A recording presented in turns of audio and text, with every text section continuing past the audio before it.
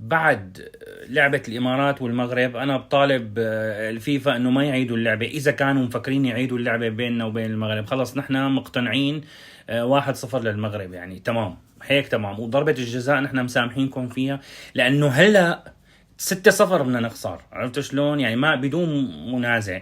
وهذا شو هذا الفريق المغربي الدرجة الثالثة، لو بيجي الدرجة الأولى من اول نهار بالكاس العرب لا بيعطوه الكاس وبيقولوا له روح خلص ما في داعي تلعب انت وتعذب حالك، عرفت شلون؟ ابدا، يعني لا مغرب ولا لا الجزائر ولا سوريا ولا الاردن ولا السعوديه ولا ما في اي بلد عربي بيوقف، غير لحتى تصير في معجزه ويجينا شيء 7-18 لاعب يكونوا هذول محترفين جدا جدا جدا جدا ويلعبوا معهم ويعملوا لهم العمليه الجراحيه. غير هيك ما في، انسوا. والف مبروك للمغرب، وحظا اوفر في الحلقه القادمه للامارات. وما حقلكم على الطياره لانه مثلنا نحن كمان رحنا على الطياره هيك، عرفت شلون؟ فهي هي كلمه صارت ما حلوه. بس مهم، مبروك المغرب الكأس، من الاخير مبروك الكأس للمغرب.